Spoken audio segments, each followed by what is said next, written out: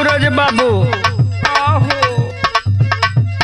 सुखल चाम पे इतना जोर लगावत रह तो ओद चाम का दशा करत रहल होइब।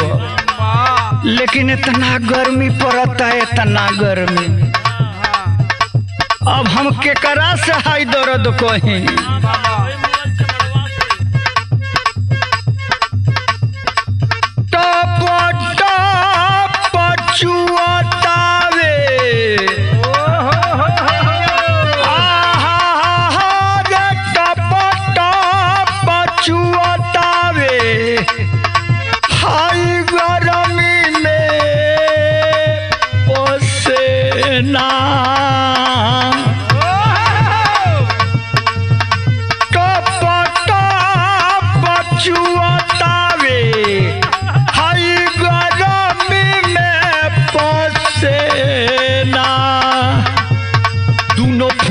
ना पर चलावतन बेना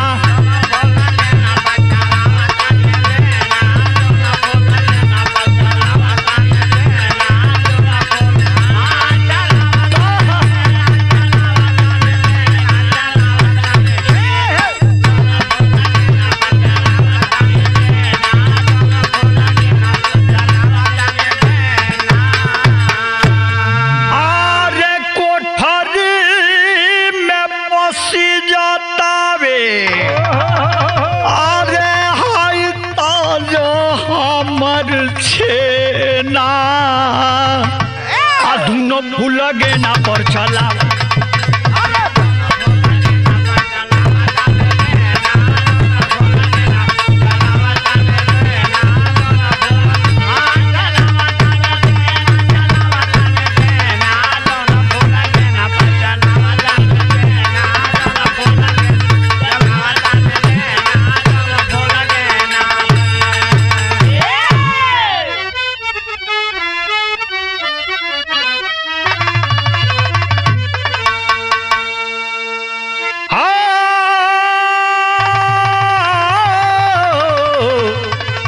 चमरिया हो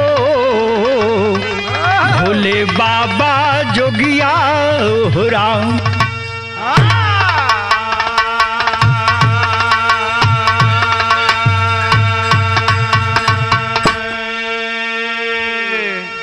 आई भैया, मैं लोकगीत बिरहा गायक कलाकार राकेश यादव पप्पू बाबा आप सभी श्रोता दर्शकों के चरणों में प्रणाम करते हुए आज एक हास्य रस का प्रसंग, जहां न पहुंचे रवि वहां पहुंचे कवि। आप श्रोता दर्शक के बेहद मांग पर कवि जी लिखत हूँ। हाय रे जमाना, पति से बेसी इज्जत घर का कुकुर पावता है। पति जाको सारा में सुतता, लेकिन वो कुकुरा जो लाख के बेड़े पर सुतता है, फॉर्चूनर में घूमता, एक बिस्कुट खाता। व्यंग हो कवि जी का। ई बिरहा आप सुन रहल बानी दिलवाले बिरहा म्यूजिक बैनर तले। आशीर्वाद आप लोग बनौले रही। अंकुर भैया, राहुल भैया के देख रेख में रिकॉर्डिंग चल रहा बा। लेकिन भूमिका के लाइन में कवि लिखत हुआ का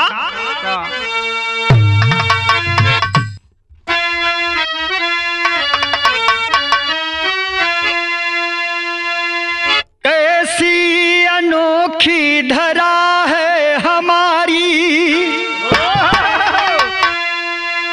असंभव भी संभव है होता जहां पर। कोई सोच कर भी सिहर जाए यारो, हो जाता कुछ भी अचंभित यहाँ पर।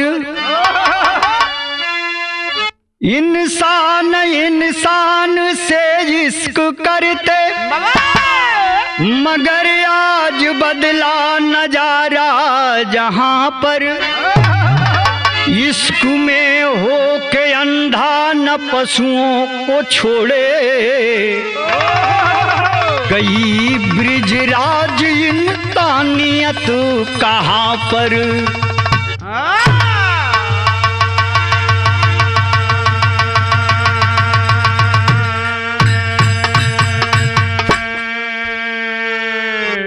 कवि का व्यंग हो। इंसान इंसान से इश्क करते, मगर आज बदला नजारा जहां पर। इश्क में हो के अंधा न पशुओं को छोड़े, गई ब्रिजराज इंसानियत कहां। अरे प्यार और इश्क में अंतर होला, ये तो समझे का बात हो।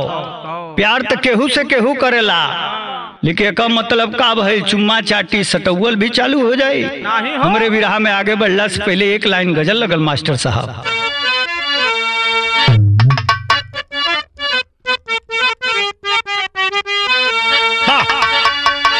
इश्क की रात है बरसात है तन्हाई है,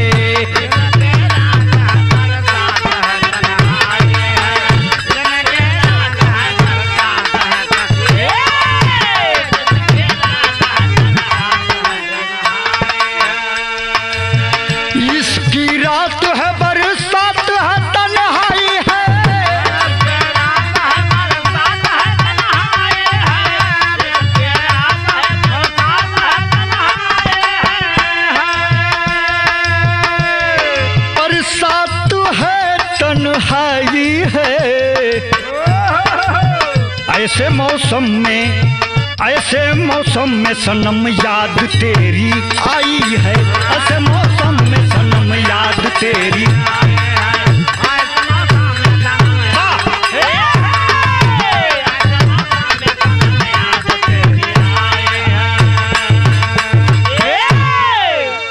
तो हमरे बिरहा में गजल एक लाइन रहा आप लोगों के मन के गुदगुदावे बदे, लेकिन भाव कवि जी लिखत हुआ बिरहा प्रेमियों गौर करेंगे क्या।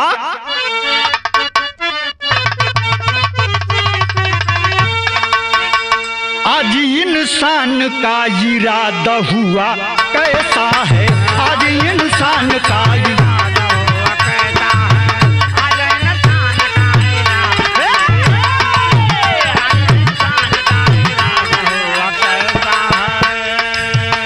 इंसान का इरादा हुआ कैसा है,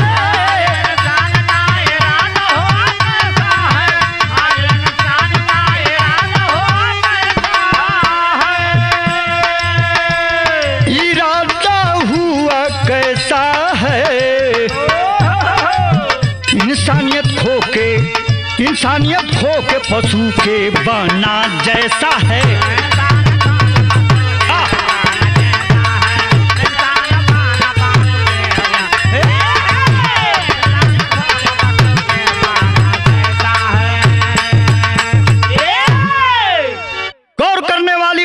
साथियों, पशु वृत्ति जब इंसान के अंदर आ जाए तो पशु और इंसान में क्या अंतर है, क्या फर्क है। आज इंसान का इरादा हुआ कैसा है, इंसानियत खो के पशु के बना जैसा है। तो पक्षी में चल जाना, कुछ लोग यही में होंगे। कहानी कहाँ के बाद कवि के कहना है शेर के माध्यम से क्या।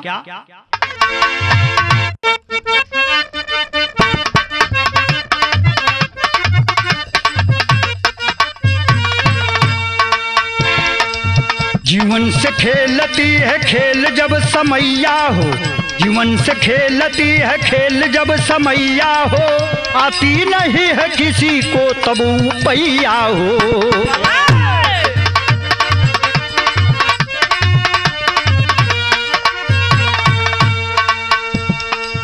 लड़े अनजान में केहू से जब नजरिया हो, लड़े अनजान में केहू से जब नजरिया हो, केहू भी हो जाला तब इश्क के बवरिया हो।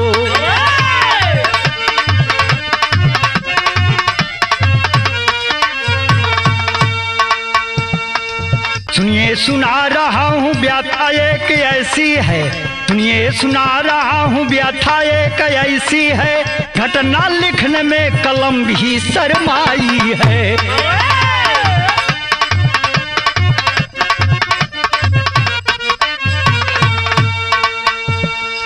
शहर सूरत में प्रेम सागर जी तब रहते हैं, शहर सूरत में प्रेम सागर जी तब रहते हैं, पत्नी स्वरा के साथ गुजर बसर करते हैं।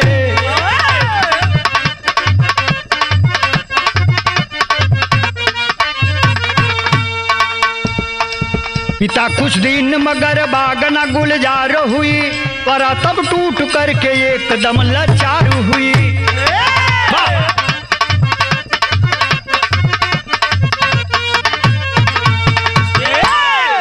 ए भैया बात के समझ लिया जाए आगे बढ़ला से पहले।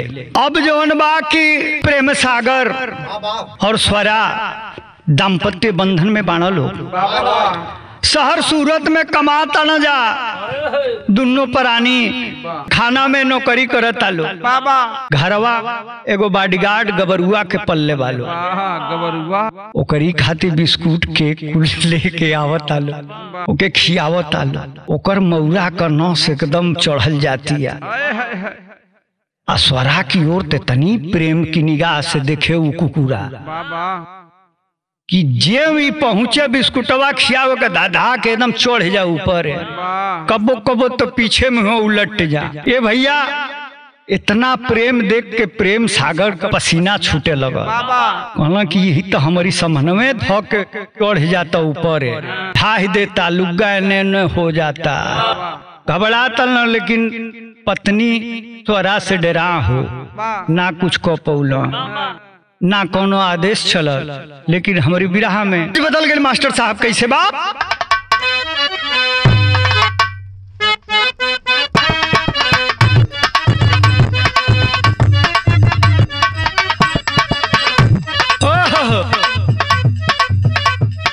गोरी गोरी मीठी मीठी बोलिया, गोरी गोरी मीठी मीठी बोलिया, उखिया के भेलिया लगई हो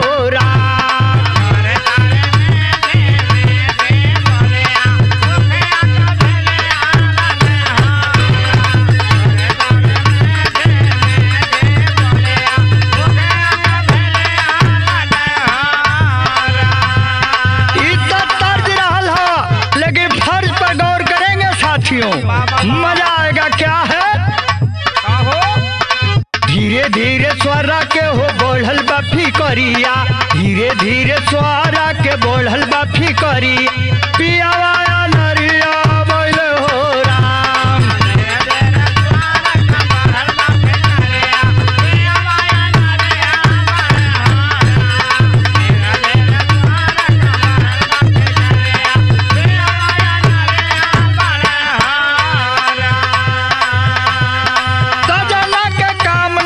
कोरेला टवरवा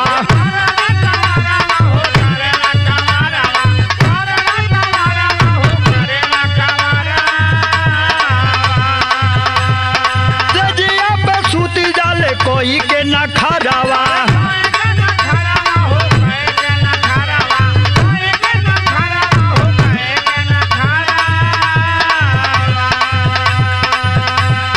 कुकुराऊ मोतिया करे मसकरिया, पियावा नरिया भइले हो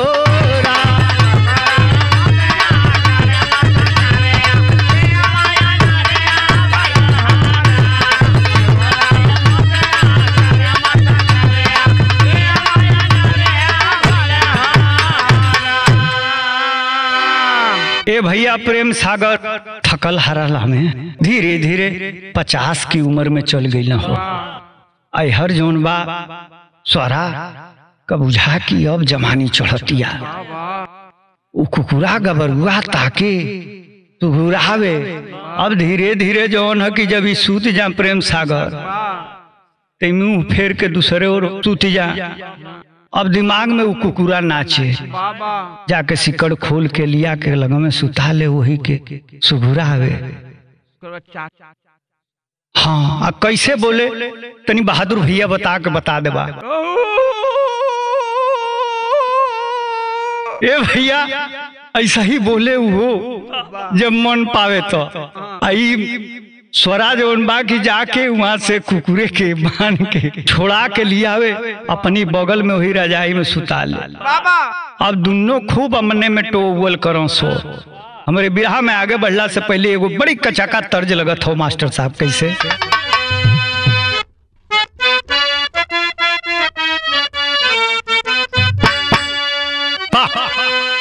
अरे तनी ताक दे तू हमारी ओरिया मोरी जईती, अरे मोर जईती बिना गंगा में नहैले हम तर जईती।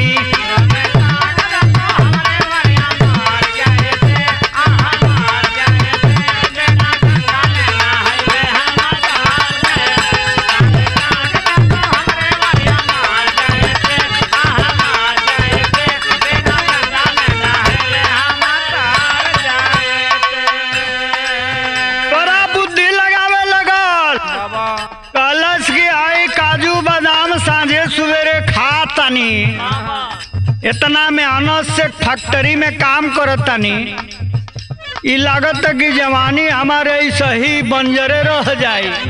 एक तक को लइको बच्चा ना भइला सा, आई मऊगा भातार मुंह दूसरे ओर फेर के सूत जाता। सोचतिया का हो?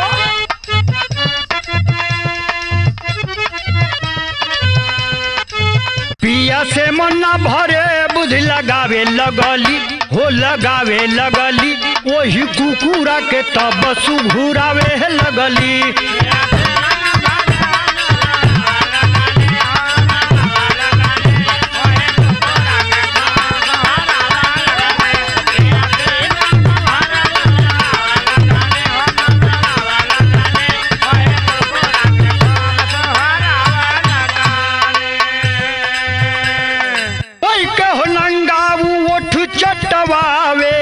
होखे दूर तो पजरा सटावे,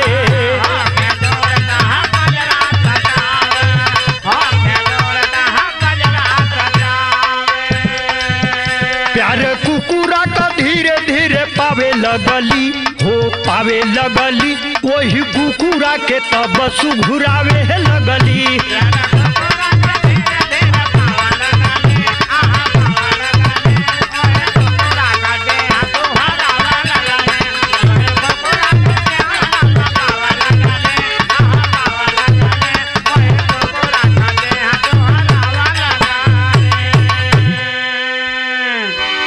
इतना स्वरा को कुकुरे से, कुकुरा का नाम मोतिया रहा, मोतिया से इतना लगाव हो गई कि अब जवन बा कि प्रेम सागर का कोनो जरूरत नहीं खे। जौन टाइम पर खाना पीना पा जात रहा उहो बंद होखे लगा, झुराइल मुरई की तरह होखे लगल, दिमाग फेल होखे लागल। सोचता न कि इतना मानत रहली हम देखता नहीं कि हमसे खास कुकुरे भइल बा, हमके खाना पूछती नहीं खे, और निम्मन निम्मन जवन रोटी रहती है उहे खिया देती है ले जाए। राह में आगे बढ़ला से पहले तर्ज बदल गई मास्टर साहब।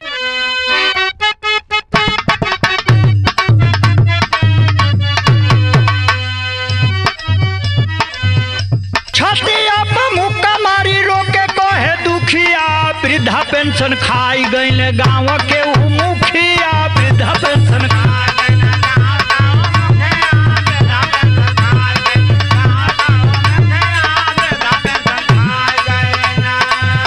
लेकिन छड़ी का आनंद बदला लगे। भाव पर गौर करेंगे विरह प्रेमियों क्या है? तोरा मोती को चढ़ल बा प्यार पर रवानावा लगल पियराए, धीरे तो पदनावा लगे पियराए।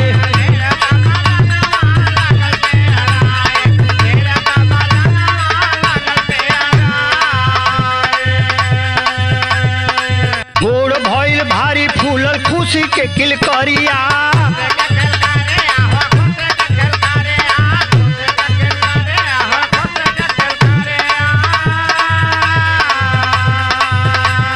मनवा में सपना सजावेली सयानिया,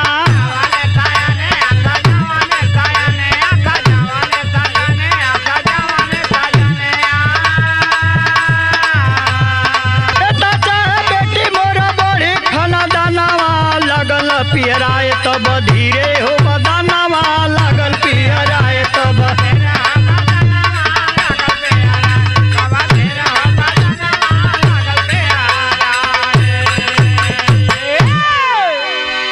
ए भैया धीरे धीरे स्वरा को वो सपना साकार बाबा होखे लगा। अब जवन है कि 7 महीना 8 महीना बीत गए, उधर बढ़त जाता, पेट चिन्हा गए। अब ये जवन सोचत हूँ कि कबो कबो 2020 खेलत रही, वही कई नतीजा बा। मार फैक्ट्री में मिठाई बांटत हूँ कि मैं अब बाप बनने वाला हूँ। मेरी वाइफ प्रेग्नेंट हो गई 50 साल की उम्र में। देखो एक मैं भी मर्द हूँ। अरे मार एकदम जयकारा जोने के मीट मछली खाए के उहो पामस खुशी में तनखइये बांटे लगल। ए भैया इधर स्वरा के पता बा कि जाए सार आगे के फेरा लेके कोनो काम का नहीं खा, तो से निक तो कुकुरे हमार बा मलाई खाता। तोरा के दिमाग में बा कि चलो प्रेग्नेंट हो गई बानी, मेहरारू बानी तो या तो लड़के हुई नहीं तो लड़की हुई, खूब खुश बाड़ी। लेकिन विदेशिया में भगवान से कहत हूँ हमार कवि जी का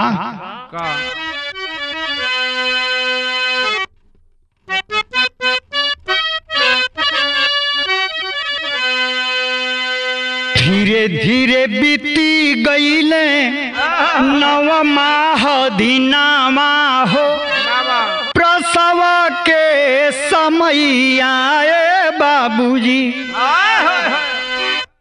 भर्ती हॉस्पिटलवा में ले जा प्रेम सागर कैले, खुशिया में बाटले मिठैया बाबूजी।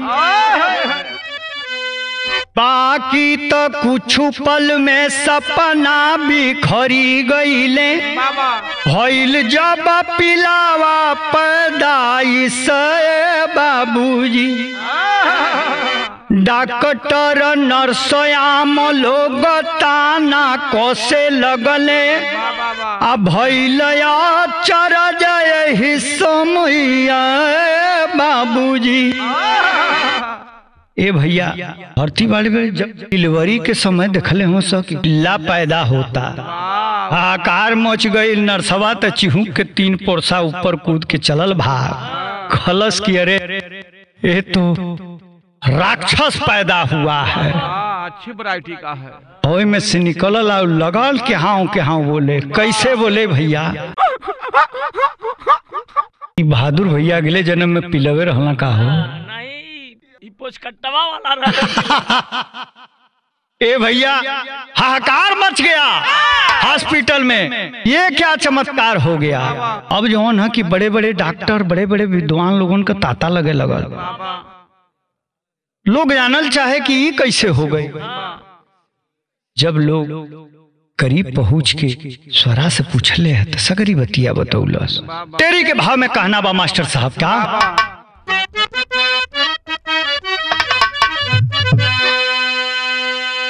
सागर भी तब शर्मा कर रह गया, और सागर भी तब शर्मा कर हो, सागर भी तब शर्मा कर रह गया। वेद को पत्नी उसकी जब की किया उजागर, अरे उजागर।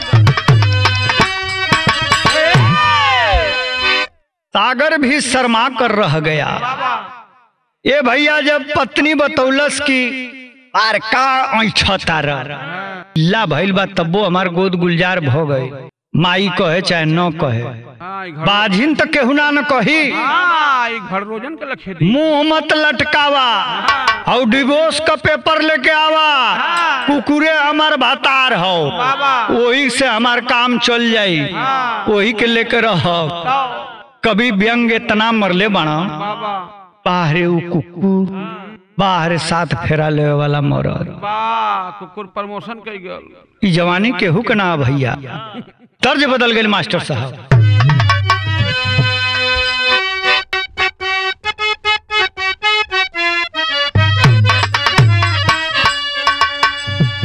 तोरी अखिया के गजरा कटार हो, बड़ा ही जान मारे बड़ुए।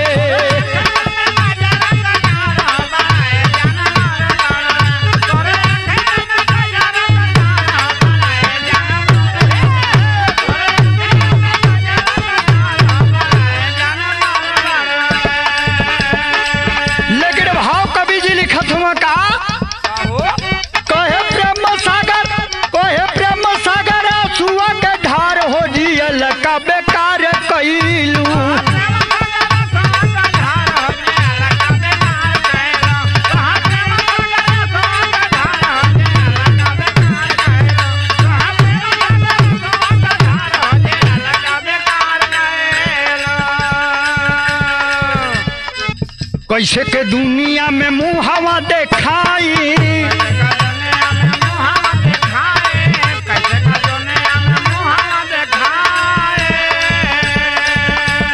जियब नहीं खाई के जहर मर जाई,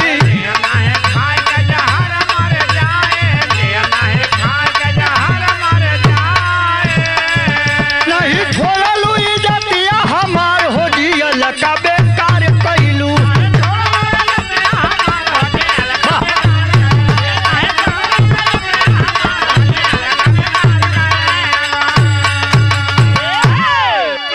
प्रेम सागर कहत होंगी जो रे कुलछनी, तू तो ऐसा कह दिली कि अब बुझा तक जहर खा के मरे के पड़े। पहपट में कवि लिखत हूँ बड़ी ऊंची बात का,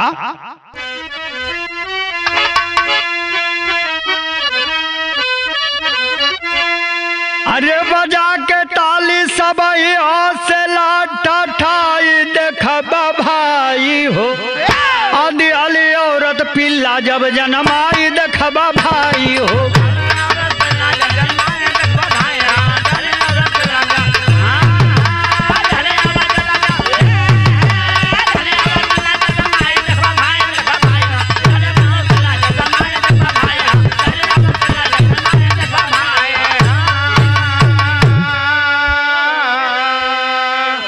हॉस्पिटल में हल्ला हो गया, पत्रकार तब आए हो, अपने सामने स्वरा को उस दम तुरंत तब बिठाए हो।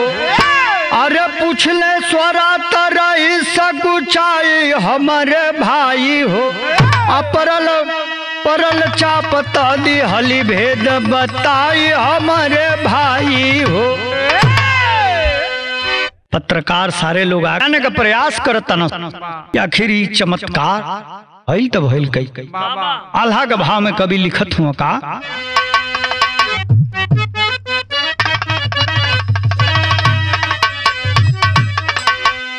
अरे पेट की अग्निया के अरे भल ही केहू दबाई भैया, अवसा कया केहू पावे ना दबाई।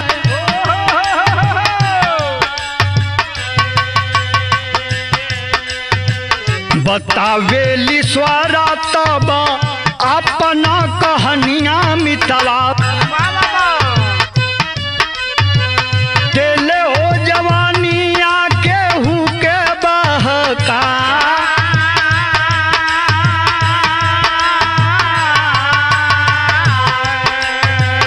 समझे न पिया सुना मोरो यार मनवा सुनबा, पिकअप पकड़ के गाड़ी तब बेकावा लगा,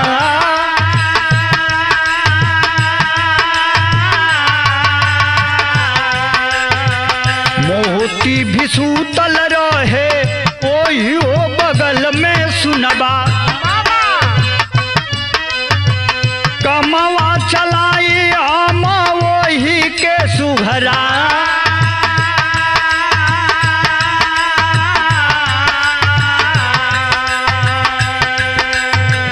भापी गयल मोती जब भावना के हमारी देखबा, दुनिया में दियल शाम के माई हो बना।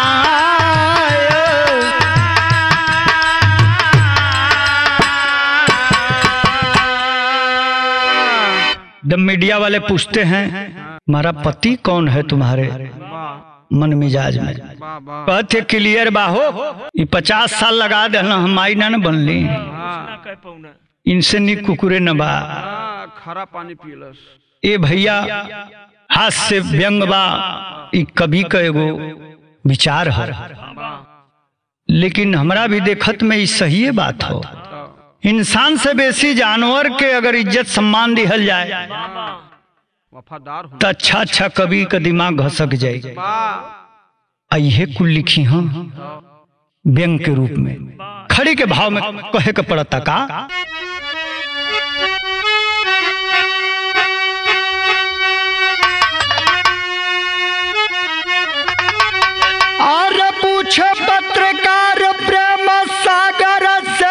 मतिया रो रो बतावे कहानिया मराइल मतिया।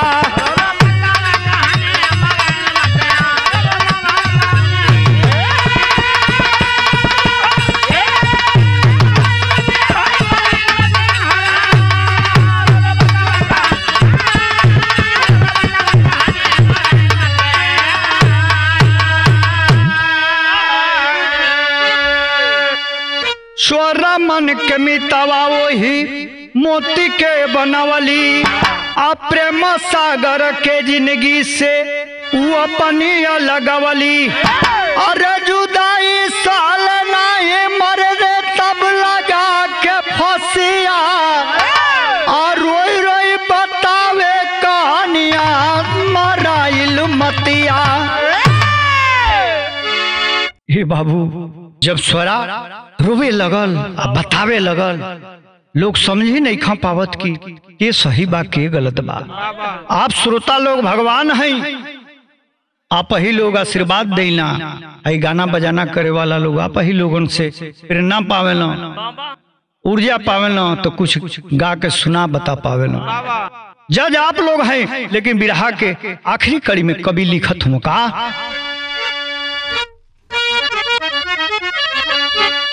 कुसुम पराग स्वामी जद्दू गए स्वर्ग के नगरी, कहे सुरेंद्र काशी की अरे वृथा बजीवन सगरी हो। सागर भी तब शर्मा कर रह गया, राकेश ब्रिजराज